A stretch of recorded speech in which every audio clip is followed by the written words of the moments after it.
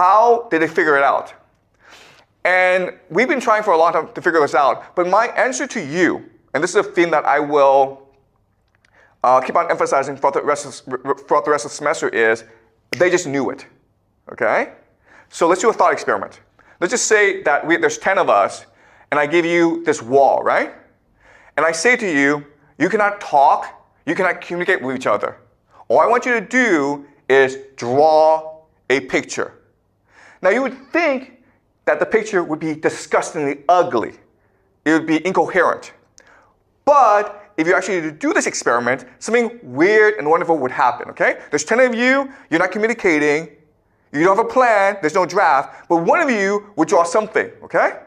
And then the rest of you would see that something, and then you would draw something else, okay? So for example, maybe you draw a sun, then you draw a tree, then that other person draws a mountain, okay? It's almost like telepathy.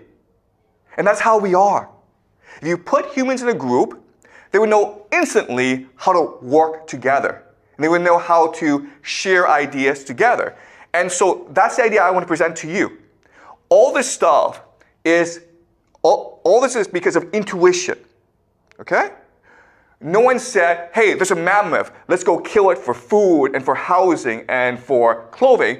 But if you walk together and you saw a mammoth, all of you together had the same thought. Oh, that could be a source of food and clothing and shelter for us. And you all knew how to work together.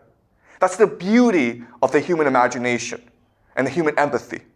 And that's something that back then they practiced a lot, but we've lost because of civilization.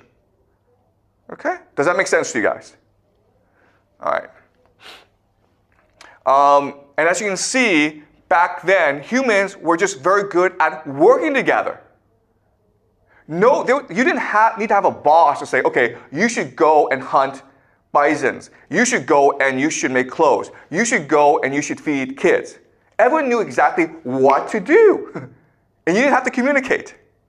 But also what's really interesting about this time period is the diversity of human organization. So what I mean by that is that in different times of the year, in different locations, humans would form different organizations. So most of the time, maybe there'd be groups of like 5 to 10 who would go and get food, okay? But then you have some times of the year when you have these religious festivals where hundreds, possibly thousands got together and you celebrated your God together.